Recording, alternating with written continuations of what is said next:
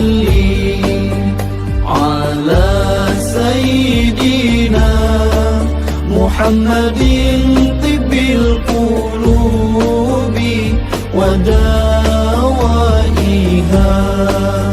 wa afiyatil abdani wa shifaiha wa nuril absari wa diyaiha wa ala alihi wa sahbihi wa sallam.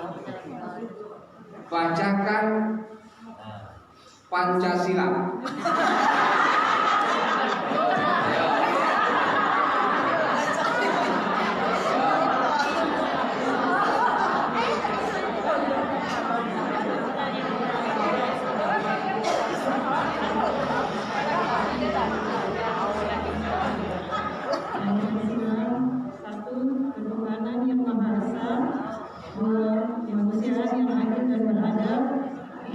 Persatuan Indonesia. 4. Kerakyatan yang dipimpin oleh hikmah kebijaksanaan dalam kewakilan dan keadilan.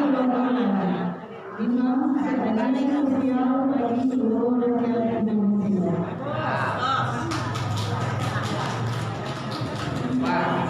Nah, yang inilah perbedaan antara ayah dan ibu, ya. 3:1. Kenapa? Karena seorang ibu menyusui, karena seorang ibu melahirkan, karena seorang ibu mengandung. Makanya dalam surat Luqman ayat 14 itu kita temukan wa wasainal insana biwalidayhi hamalathu ummuhu wahnan ala wahnin wa fisaluhu fi amaini anishkur li walidayka. Kami wasiatkan, kata Allah, kepada manusia, sembahlah Allah dan jangan mencari Tuhan selain daripada Allah. Berbuat baiklah kepada ayah dan ibumu. Hamalatku ummuhu wahnan ala wahnin. Seorang ibu itu mengandung di atas kepayahan dan kesusahan. Setelah anak lahir, lebih kurang menyusui anak 2 tahun. Berat Pak tugas seorang ibu, Pak. Kalau kata guru dulu, tugas seorang ibu itu mulai dari terbenam matahari sampai terbenam mata suami. Coba kan? Tugas seorang istri itu berat, mulai dari terbenam matahari sampai terbenam mata suami.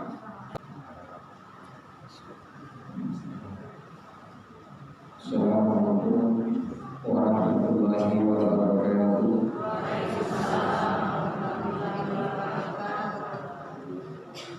Alhamdulillahilladzi anzala al-Qur'an hudan lin-nasi wa bayyinatin minal huda wal furqan. Asyhadu an la ilaha illallah wa asyhadu anna Muhammadan abduhu wa rasuluh. Allahumma shalli wa sallim ala sayyidina Muhammad wa ala ali sayyidina Muhammad, amma ba'd. Para ulama yang hadir yang kami muliakan, Bapak Camat yang telah hadir yang kami hormati, Bapak Kepala Desa beserta seluruh pengurus masjid yang kami hormati, dan yang lebih termulia An-Nisa'u Imadul Bilad, wanita itu tiang negara. Iza soluhat soluhal bilad, kalau baik ibu baik negara.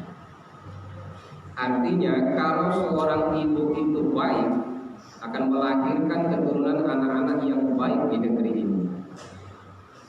Faiza fasadat fasadal bilad, kalau hancur seorang ibu, maka akan hancur keturunan yang akan meneruskan negara kita ini.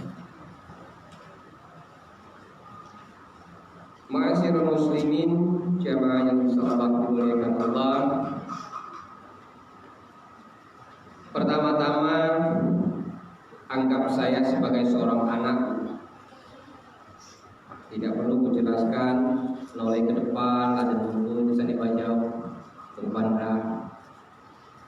Ketua BMD tadi langsung ya. Jadi anggaplah hari ini sebagai seorang anak yang akan bernasihat di tengah keluarganya. Nanti terakhir masih ada waktu, insyaallah sebanyak-banyaknya kita buat pertanyaan. Saya lahir di Kapitan 27 Juli 1979. Tinggal di Jarai, Talang Pisang. Tidak ada yang tidak kenal orang tua saya, Pak Madun. Saya pergi meninggalkan kampung ini tahun 95. Sampai hari ini alhamdulillah masih sempat silaturahmi kita di sini. Besok jam 11 saya pamit izin harus ada di Kabupaten Tuban.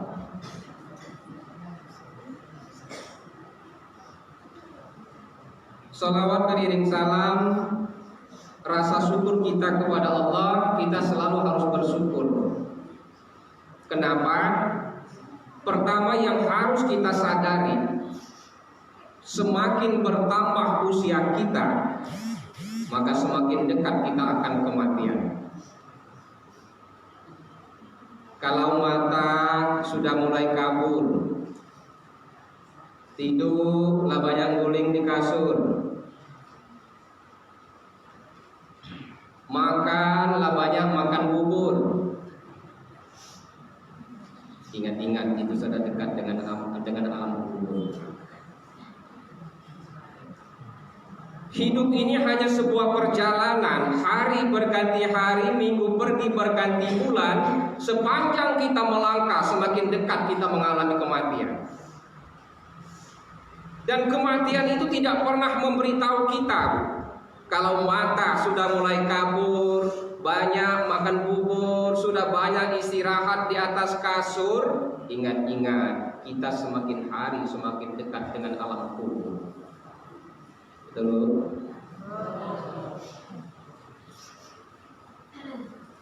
Kita tetap harus bersyukur kepada Allah. Mudah-mudahan kita juga berdoa semua saudara kita dan jamaah yang sedang melakukan ibadah haji diberikan kemudahan, kesehatan, dan semua rangkaian rukun dan sunnah haji menjadi haji yang mabrur dan mabrurah dan selamat kembali ke tanah air nanti. Selawat beriring salam, mari selalu senantiasa kita bersalawat kepada junjungan kita Nabi besar Muhammad Rasulullah SAW. Sesuai dengan judul yang saya kirim kepada Ibu Ketua, mohon maaf Ibu Ketua belum hafal namanya. Ya, yang tabel saya belum kenal. Kalau di Pagar Alam, alhamdulillah sudah sering. Ada dua kesalahan besar yang ada pada manusia. Kesalahan besar ini yang menyebabkan Allah tidak pernah ridho dengan kehidupan kita.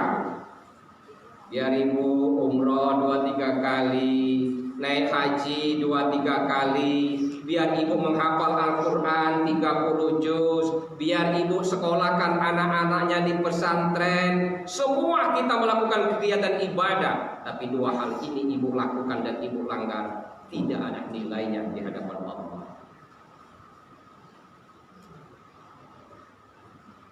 Orang yang banyak ibadah, orang yang banyak menghafal Al-Quran, punya uang yang banyak umroh dan haji, dia selalu beribadah kepada Allah, tapi kesalahan ini dia langgar, maka Allah tidak akan pernah melihat ibadahnya di hadapannya. Pertama, Rasulullah Shallallahu Alaihi Wasallam bersabda, "Isnani la yanzurullah ilaihuma yaumal qiyamah." Ada dua golongan manusia, kata Allah, kata Nabi, yang tidak akan pernah dilihat di hari kiamat nanti. Nah, bayangkan ini, Bu. Di hari kiamat tidak pernah dilihat oleh Allah. Puasa, jalan, zakat banyak, zakat, semua diberikan setiap hari Jumat. Ibadah, sholat, jalan. Haji, jalan. Umroh, jalan. Tapi tidak dilihat oleh Allah di hari kiamat. Mau tak Bu, tidak dilihat Allah? Tidak dilihat suami, mau tidak? Pertama, yang tidak akan pernah dilihat oleh Allah, qati'ur rahim, seseorang yang memutuskan tali persaudaraan. Ini seorang saudara, seorang hamba yang memutuskan tali persaudaraan, Allah tidak akan pernah lihat di hari kiamat nanti. Kita mengenal ada istilah silaturahmi, ada silaturahim. Pernah dengar Bu?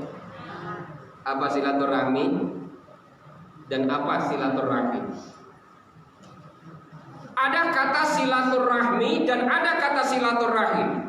Silaturahmi itu artinya menjalin hubungan yang baik, hubungan yang langgeng, hubungan yang sangat sejahtera, baik dengan saudara tetangga, baik dengan saudara antar seagama, baik dengan saudara kita antar beragama dan negara. Itu namanya silaturahmi. Yang kedua ada silaturahim. Asal kata rahim itu alam rahim ibu. Ya. Rahim itu asal katanya berada di rahim ibu. Saudara yang masih ada garis keturunan darah dengan kita. Nah, ini itu namanya silaturahmi. Kalau silaturahmi tidak ada hubungan darah dengan kita. Pahami? Makanya kita kalau lebaran kan ada istilah silaturahmi, silaturahim. Silaturahmi itu menjalin hubungan yang baik yang tidak ada hubungannya dengan darah kita, darah keturunan nasab kita. Tetangga, sahabat baik, sahabat dan saudara yang tidak seagama dengan kita harus dijalin hubungan yang baik. Kalau silaturahim, saudara kita yang ada garis keturunan darah, saudara kandung, ya saudara nisan, masih nenek dua beradik, nenek apa masih saudara sepupu. Orang yang memutuskan silaturahmi, Allah tidak akan pernah lihat di hari kiamat nanti. Bagaimana silaturahmi itu? Silaturahmi itu adalah menjaga hubungan yang baik di antara kita. Makanya hati-hati, terutama kita budaya di dusun ini biasanya akan terletak hubungan keluarga kalau salah bagi waris. Itu yang kebanyakan.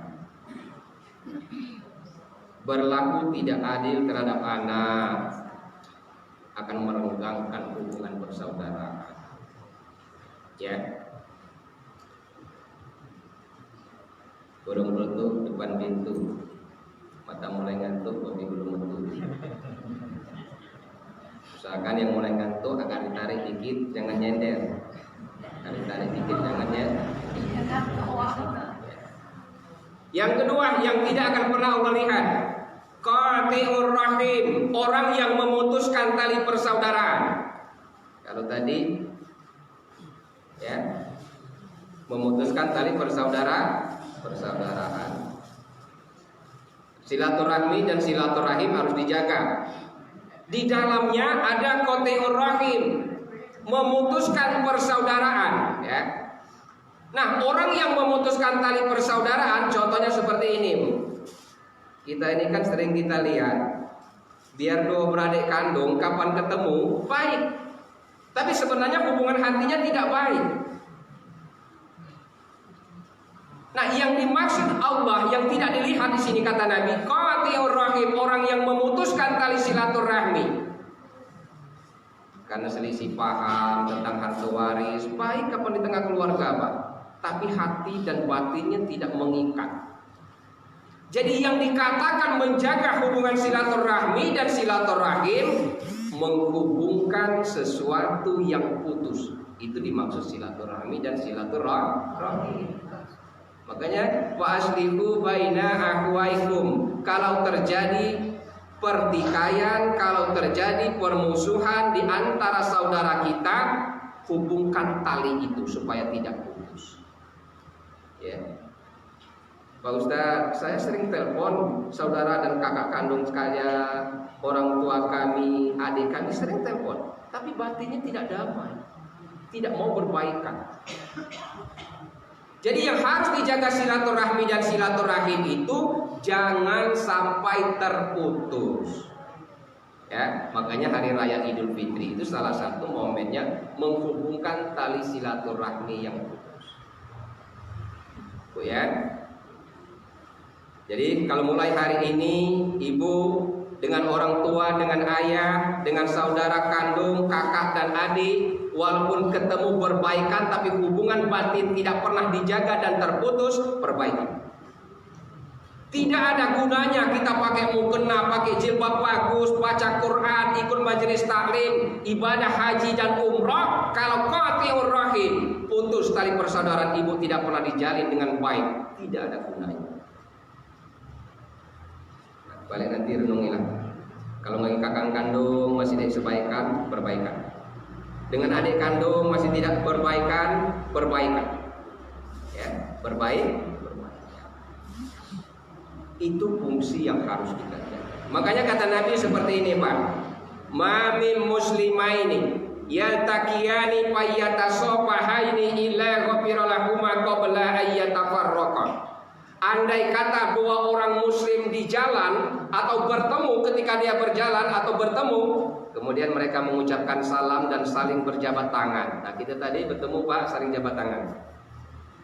Ketika dia bertemu dan berjabat tangan, ayyatafarraqa, Allah ampuni dosanya sebelum mereka berpisah. Nah, itu pentingnya kita, Bu, saling bersalaman-salaman. Ya. Jadi jangan sungkan ketemu dengan saudara sesama muslim atau saudara masih ada hubungan darah, begitu ketemu assalamualaikum, jabat tangan bersalaman. Karena kata Nabi, ketika dia bersalaman, Allah ampuni dosanya sebelum berpisah. Yang kedua, yang tidak Allah lihat, wajah rusui, seorang saudara yang jahat dengan saudaranya. Seorang saudara yang jahat dengan saudaranya. Kalau tadi memutuskan silaturahmi, seorang saudara yang jahat dengan saudaranya, Allah tidak akan pernah lihat. Manusia ini kata Nabi ada dua, Bu. Diumpamakan seperti dua kehidupan binatang. Ada manusia seperti kehidupan binatang lebah. Ada manusia itu seperti kehidupan binatang lalat. Binatang apa, Bu? Satunya binatang lebah. Ada lebah, ada lalat. Manusia, terutama ibu-ibu, ada lebah, ada lalat. Manusia seperti lebah, kata Nabi. Lihat lebah, kalau terbang dari sarang selalu mampir di tempat-tempat yang wangi, yang bersih, di bunga, ambil saripatinya, dibawa ke rumah jadi madu, bisa menjadi obat bagi kehidupan manusia. Itu simbol orang yang baik. Ada manusia itu seperti binatang lalat, kata Nabi. Siapa mereka? Ah, ini mampir ke sini di tempat kotor, mampir ke sini ke tempat yang kotor, mampir ke makanan jadi penyakit. Nah, ini ingat-ingat, Bu. Mampir ke sini ceripit, mampir ke warung ini yang seharusnya 5 menit, setengah jam ceripit, udah.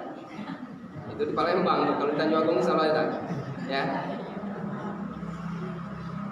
Kalau belanja ke warung yang seharusnya 5 menit bisa setengah jam, ngerumpi dulu bahasa orang Palembang. Ini manusia seperti kehidupan binatang lalat. Lalat itu kapan keluar dari sarang selalu mampir di tempat yang kotor. Nah, bayangkanlah. Manusia yang seperti lalat itu selalu membawa penyakit. Mampir ke sini ngadu gosip, mampir ke sini gosipkan saudaranya, mampir ke sini memfitnah saudaranya. Itu manusia seperti kehidupan binatang lalat. Paham, Bu? Apa tadi yang pertama?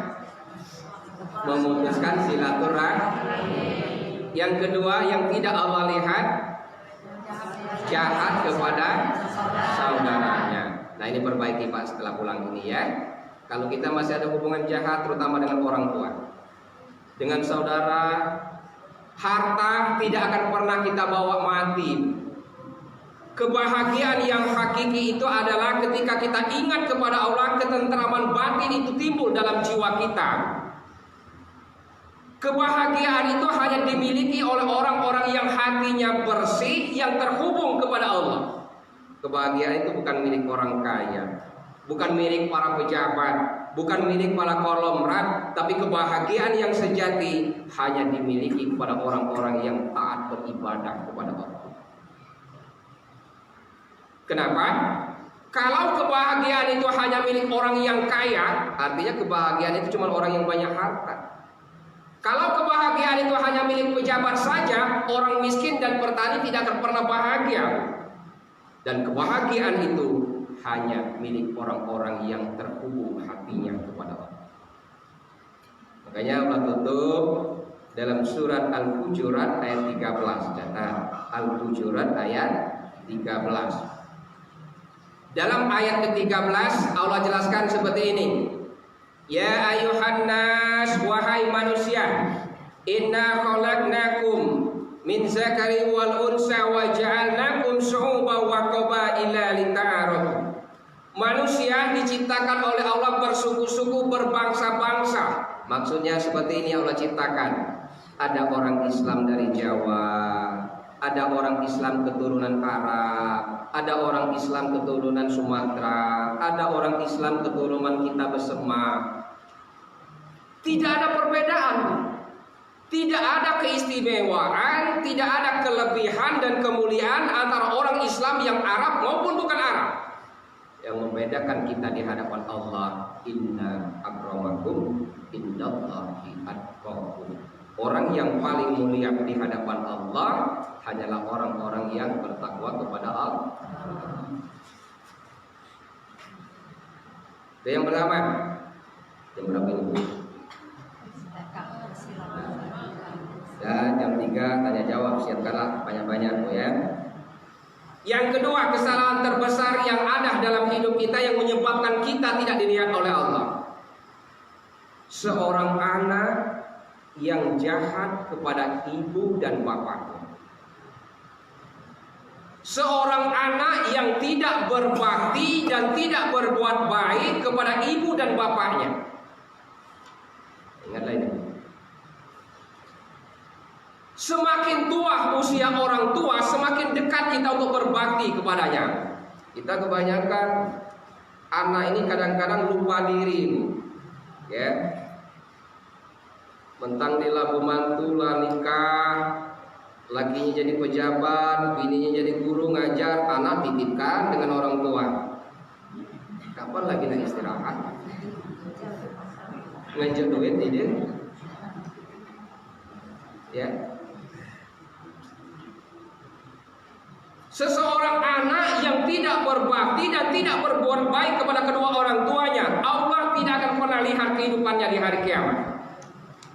Berkaitan dengan ini, ada seorang sahabat menghadap Rasulullah.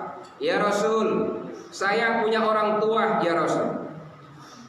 Lalu kenapa kau punya orang tua? Saya punya ayah dan punya ibu, ya Rasul. Tapi begitu saya lahir ke dunia ini, saya dibuang oleh ayah dan ibuku, dititipkan di panti asuhan. Orang tua saya, ayah dan ibu, ya Rasulullah, jahat kepada saya sebagai anaknya yang seharusnya mendidik, membesarkan, memberikan ilmu agama dan pengetahuan, selayaknya memberikan nilai-nilai kasih sayang kepada anak sebagaimana orang-orang yang lain, ya Rasulullah. Apakah saya harus tetap berbakti kepada orang tua yang seperti ini, yang dari kecil saya lahir, dibuang saya dari ayah dan ibuku, ya Rasulullah? Bahasa kasarnya model itu. Begitu lahir, dibuang oleh bapak, dibuang oleh indung. Apakah kita tetap berbakti kepada orang tua seperti ini? Apa jawabnya? Kalau mantan pacar, aduh. Mantan bini bisa, mantan laki banyak, tapi mantan ayah dan ibu, baik jahat maupun buruk, ayah dan ibu yang kandung, yang melahirkan kita ke alam dunia ini, baik dan buruk orang tua kita yang melahirkan kita ke alam dunia ini, sebagai ungkapan kalian membalas jasa karena dia telah melahirkan kita ke alam dunia ini. Dipotong sebagian daging yang ada pada badanmu sebagai ungkapan rasa terima kasih. Tidak ada nilainya di hadapan Allah. Jadi kesimpulannya, jahat dan buruk orang tua tetap harus berbuat baik. Kenapa? Catat Quran surat Al-Isra ayat 23. Bukan umat dengan Quran surat Luqman ayat 14 dan 15. Al-Isra ayat 23. Wa qada rabbuka alla ta'budu illa iyyahu wa bil walidaini ihsana.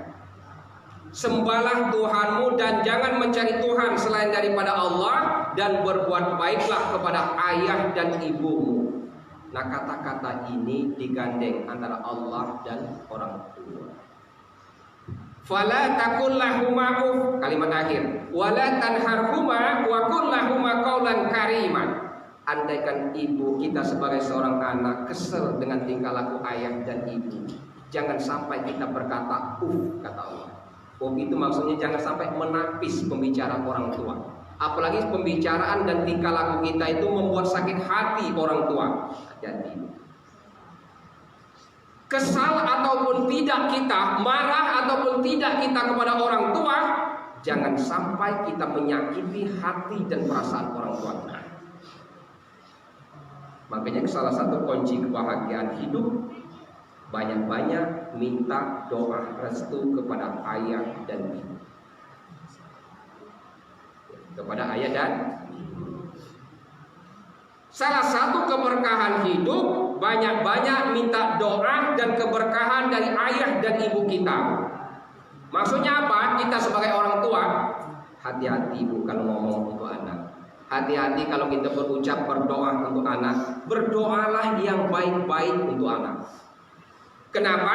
Ucapan baik dan buruk ayah dan ibu tetap dikabulkan oleh Allah. Makanya Nabi mengatakan, doaul wali kadoain nabiyyi li ummati. Doa ayah dan ibu sama seperti doa Nabi kepada umat. Tidak ada kawan. Doaul walid kadoain nabiyyi li ummati. Doanya orang tua terhadap anak sama seperti doa Nabi kepada umatnya. Jadi kalau hari ini orang tua kita masih berusia panjang, sudah lansia, usianya sudah tua, kita sebagai seorang anak menjadi ladang ibadah kita untuk berbakti kepada keduanya. Jangan dititipkan di panti asuhan, ya. Nah, ini perbaiki. Kalau masih ada konslet dengan ayah dan ibu, mumpung masih ada umur panjang, perbaiki. Seorang anak yang tidak berbuat baik, berbakti kepada ayah dan ibu, tidak akan pernah dilihat oleh Allah di hari kiamat. Terakhir, ada di dalam hadis riwayat Muslim, Bukhari dan Muslim dikatakan seperti ini. Ja'a rajulun ila Rasulullah. Datang seorang laki-laki menghadap Nabi. Ya Rasul, man ahabba bi husni sahabah. Siapa orang yang ada di dunia ini yang harus saya cintai, Nabi? Apa jawab Nabi? Umumkan. Sampai berapa kali? 3 kali. Terakhir, Bapak. Kenapa kita harus berbakti kepada ibu 3, Bapak 1? Bu, 3 ibu, 1 bapak. Betul. 1 bapak, 3 ibu. Ya Pak? Betul lah Bu? Salah. Salah. 3 ibu, 1 bapak salah. 1 bapak, 3 ibu salah. Berbakti kepada orang tua ada perbedaan antara ibu dan bapak. Kita sebagai seorang anak, makanya kata sahabat kepada Rasulullah, ya Rasul, man ahabba bi husni sahabah. Siapa orang yang harus saya berbuat baik atau yang paling saya cintai di dunia ini ya Rasul? Ummuka, ibu. Siapa lagi ya Rasul? Ummuka, ibumu. Siapa lagi ya Rasul? Ummuka, ibumu. Summa man ya Rasulullah, terakhir siapa lagi ya Rasulullah? Abuka. 3 ibu 1 bapak perbandingan. Nah ingat ini Pak, jangan marah kalau anak lebih dekat kepada seorang ibu. Kenapa? Ada 3 hal yang tidak dimiliki oleh seorang ayah. Pertama, ayah tidak pernah mengandung. Yang kedua, ayah tidak pernah menyusu. Yang ketiga, ayah tidak pernah melahirkan. Itu yang tidak dimiliki oleh ayah. Cuma lanang ini kadang-kadang karena kurang ajar. Kalau kata orang kompleng itu sinar rembulan di malam hari, 2 yang muncul di atas kali. Mentang dia yang cari uang sendiri suka kawin lagi. Makanya Bu, kata Nabi, ketika seorang ibu melahirkan anaknya ke dunia ini, jaminannya 2. Kalau dia melahirkan anaknya ke dunia, anaknya lahir, ibunya meninggal, dijamin masuk surga jihad di jalan Allah. Orang yang dijamin mati syahid oleh Nabi, dijelaskan dalam hadis Nabi. Pertama, seorang ibu yang sedang melahirkan, anaknya lahir, ibunya meninggal, mati syahid.